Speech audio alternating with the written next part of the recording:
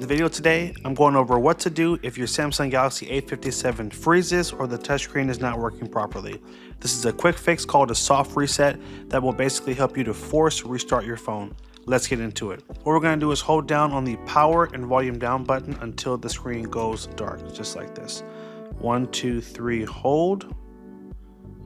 And you'll see this menu pop up. Continue to hold those two buttons. It shouldn't take any more than about 10 seconds. There we go. The screen is off and the phone should restart right away. And you want to give it about a minute. It's going to slowly restart. And all this does is it's going to force your phone to shut down and then turn right back on. So usually if there is a software glitch or if there's an app that's causing it to glitch, this usually will fix that problem.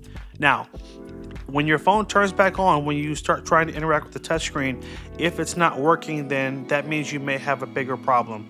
And one of those big problems could be you might have damaged the screen. So if you've dropped the phone or if you have any type of cracks in the screen, then that could potentially be the issue.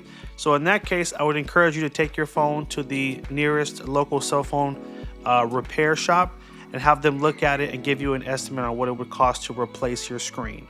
All right. Hope you guys found this helpful. If it was, bump that like button down below. If you're not already a subscriber, hit that subscribe button and stay tuned for more videos. Take care, and as always, have a good one.